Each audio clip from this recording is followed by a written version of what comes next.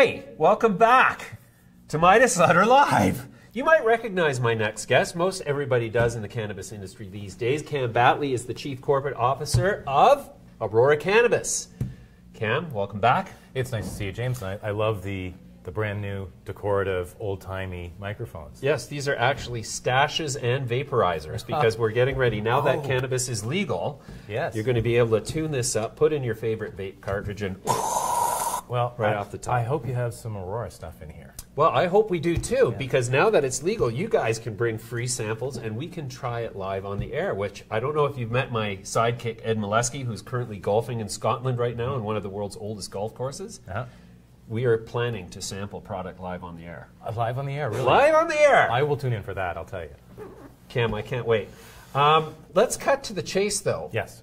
Aurora has made some incredible moves. I mean, I keep saying to you, let's do another interview. You keep saying, well, let's wait a bit because we got something big that's going to be announced. Let's talk after that. Yeah. I wait, boom, you announce something. I asked you to come on. You say, well, wait a sec, we've got another big thing coming on. So I think the last time we spoke, you had just announced MedRelief. Yes. And so there's been a few things happening since then. Yes, we've been busy. We've done some more acquisitions. We've made more progress with our facilities. We've set an analyst and investor day for people to come in and take a look at Aurora Sky and the modern marvel that is. So anybody who is in Toronto, we would have a hard time right. getting that facility to Toronto. Yes, or them to Aurora or to Aurora Sky in time, right? Yeah. Okay, so I want to start with a conversation about your announcement that you're going to issue shares and warrants of your subsidiary Australis Capital to shareholders of record of Aurora. Yeah. What's the significance of that? Well, so there are a couple of things. One, we're divesting. That's the headline. We're divesting U.S. assets. Now, they weren't threatening to our listing on the TSX because they don't touch the plant and they were not operational. But if we want to have U.S. assets that at some point will become operational, we've got to spin it off and divest. And that's exactly what we're doing. So we will no longer own those assets, and instead we're doing something really interesting. We're giving them essentially to our shareholders. So the shareholders will receive a share and a 25-cent warrant in this new company, Australis Capital, that we're creating. Wow, and we're hoping that'll make them happy. Yeah. Well, if you're a shareholder. Well, I think I might be.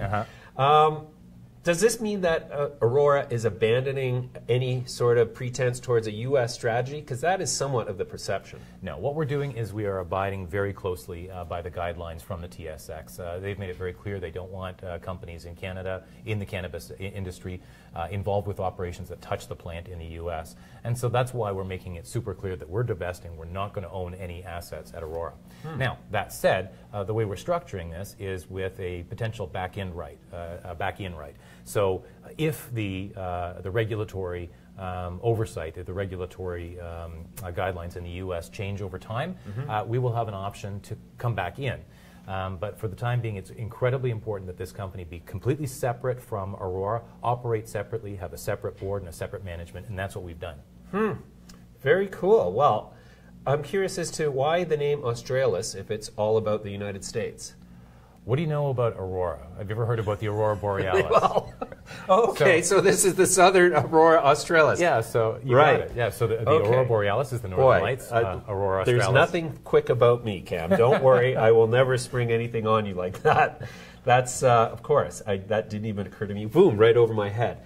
Okay, the other bigger thing that, to me, was a bigger thing was the fact that you took over Anandia Labs. Isn't that nice? Isn't that, so there's no better science company, no better cannabis science company in Canada and maybe nowhere in the world than Anandia.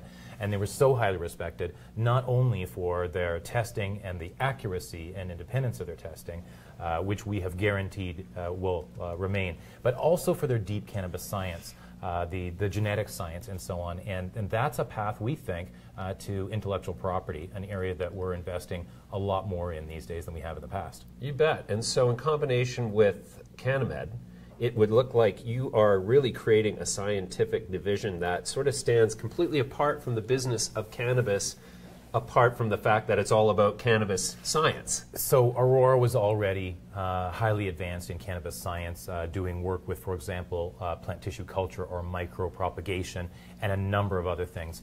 Now, of course, we've added CannaMed and their science, and we are in the process, assuming that we close the acquisition with MedRelief, of doing it with them as well. And now we're layering on top of all of that the science of Anandia. We couldn't be happier. We think this positions us as perhaps the strongest cannabis science company in the world. Yeah.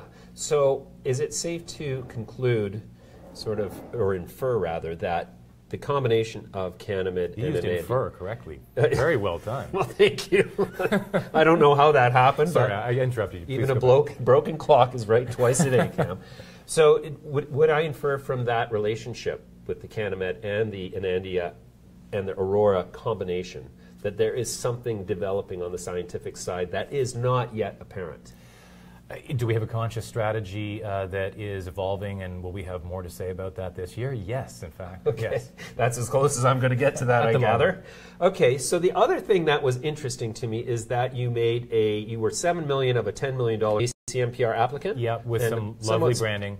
Lovely branding. Okay, Yeah. So that was the attraction, was the branding. It was part of the attraction, yeah. Okay, Yeah. was the other part Chris Bogart, the CEO? Because I happen to know Chris, he's a good friend of mine. Yes, in fact, we've heard nothing but good about him, Yeah. and so the talks with them went very smoothly. So we're very keen on Jim. Yeah, cool. And so is that kind of like an extension of the idea that you're going to acquire other brands and or product lines that are going to help Aurora offer a broad range of cannabis products to both the recreational and the medical side around the world? That's a pretty comprehensive question. So is that a sign? Yes, we're going to be involved, obviously, on the medical side. We've made a major commitment to that. And you know that the largest economic opportunity in the cannabis sector is the international medical opportunity, with this cascade of new medical systems being introduced in Europe and elsewhere.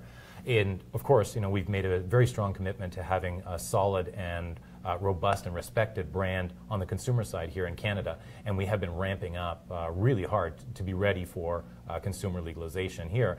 And by the way, I can't believe we're this deep into the interview without acknowledging what happened this week. What happened? Something about cannabis legalization in Canada.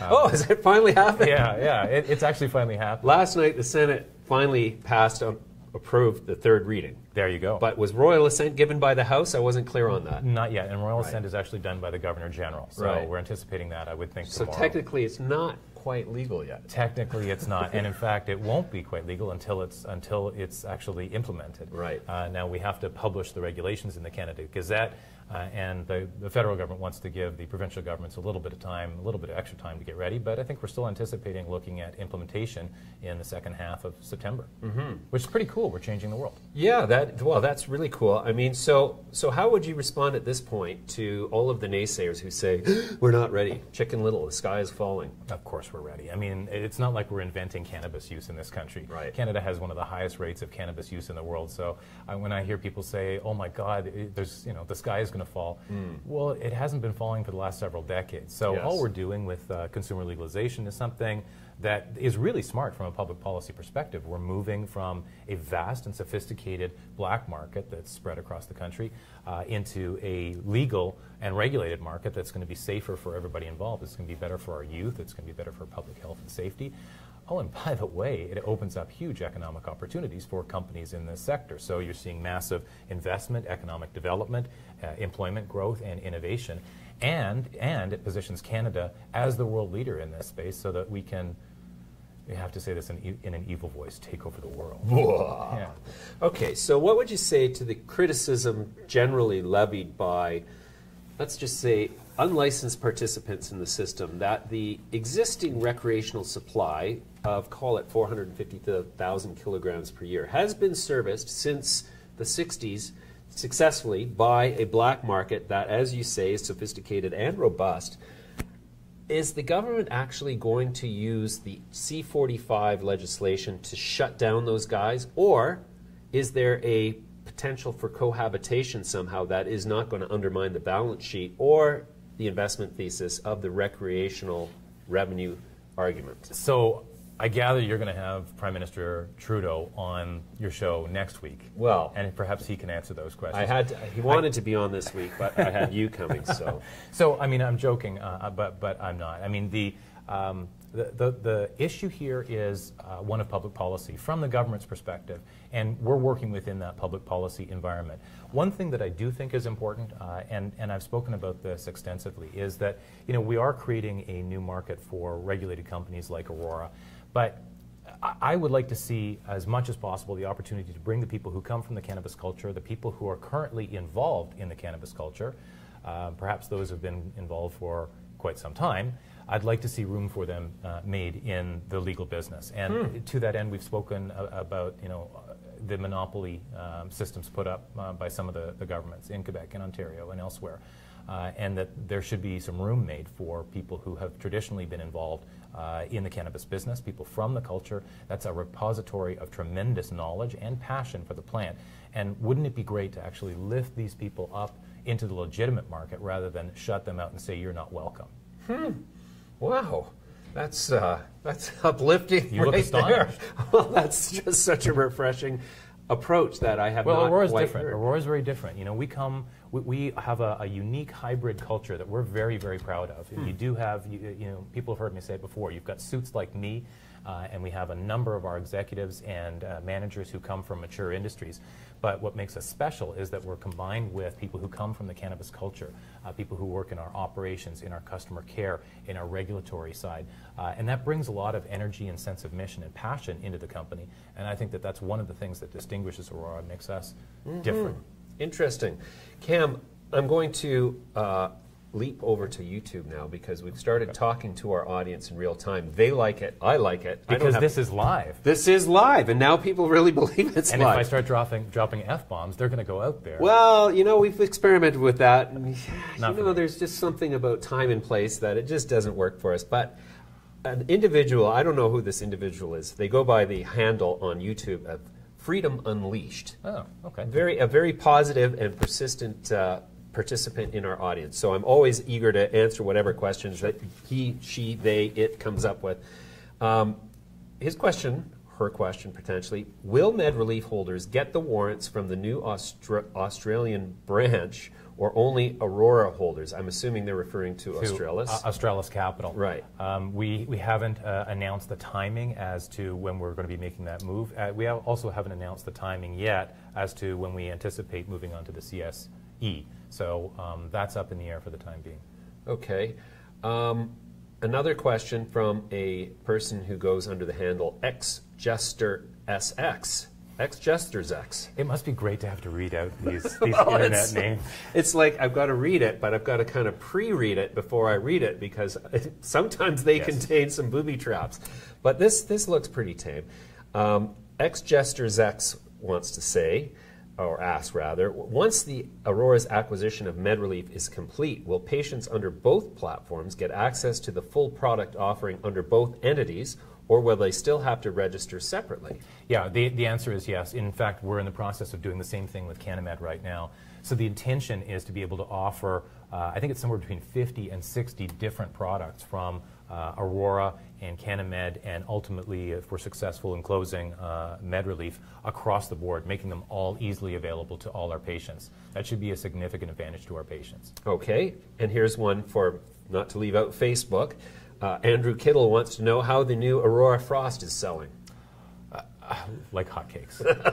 So Aurora Frost, just to explain, is what we call fine-trimmed cannabis. It's also more colloquially known as keef, and it's the crystals, the trichomes of the cannabinoids. Oh. And so what we've done is we've come up with an innovative and successful method of creating this product without any chemical change to the product itself, because that's prohibited by Health Canada regulations. You're not allowed to make any chemical change to the dried cannabis in order for it to be we used dried to call cannabis. that green crack.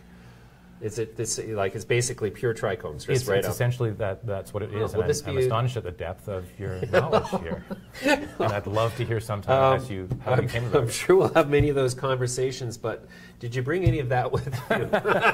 I guess not. No. Jeff Shee, one of our other regular guests, or rather audience members on Facebook, just commented that Mr. Trudeau just announced that the rules will kick in October 17th, 2018. Okay.